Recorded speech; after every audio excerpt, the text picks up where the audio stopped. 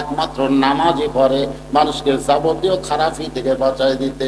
আপনি যদি নামাজ না পড়েন, আপনি আর যাই হোক আপনি মুসলমান হতে পারবেন না।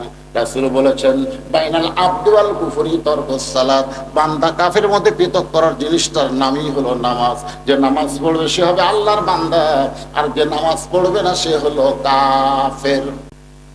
কালিমা পড়েনি মানে মুসলমান হয়ে মরবার পারে, কি হয়ে মরতে পারে নাই?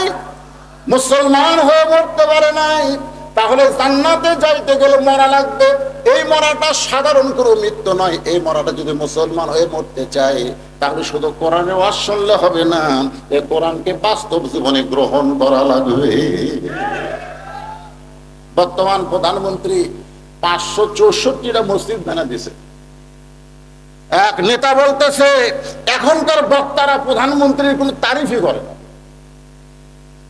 আর আমি প্রধানমন্ত্রীর নামে কোরআন থেকে দোয়া করি। তাহলে এক জায়গাতে এক আওয়ামী লীগ নেতা বলছে, হুজুর আমাদের প্রধানমন্ত্রীর নামে যদি দোয়া না করেন, কিন্তু দেখলাম যে চাপ মারলো পারে, তো দোয়া করতে গিয়ে বললাম, রব্বানা আতিনা ফিদ দুনিয়া হাসিনা ওয়া ফিল আখিরাতি হাসিনা। যেখানে হাসানা সেখানে হাসিনা, খেলার চোখে বোঝেন না ভাই। 564টা মডেল মসজিদ বানাইছে। আপনারা বলেন তো, 564টা মডেল মসজিদ না বানায় 564টা যদি সিনেমা হল বানাতো, এই ঈদে 10টা ছবি মুক্তি পাবে। কয়টা? 10টা। কিন্তু সিনেমা হল কম থাকার কারণে ছবিগুলো সব রিলিজ দিতে পারবে।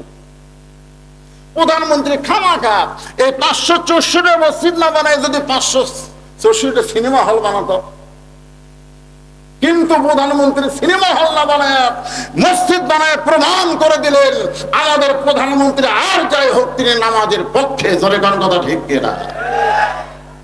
এখন আপনার বলেন, মসজিদ কি দেখার জন্য বানাচ্ছে?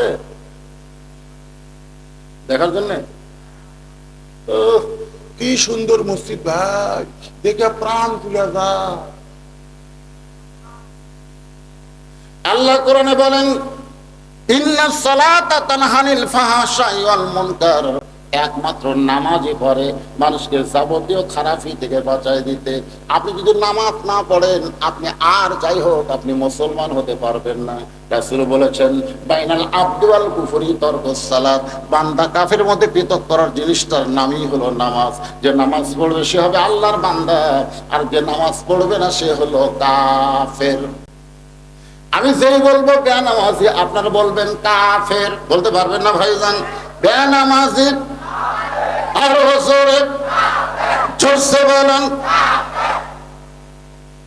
যারা মাগরিব এসব পড়েননি, এরে কারা কারা মাগরিব এসব পড়েননি? না না, হাত তুলবার ক্ষমতা। হাত তুলতে বলবো না।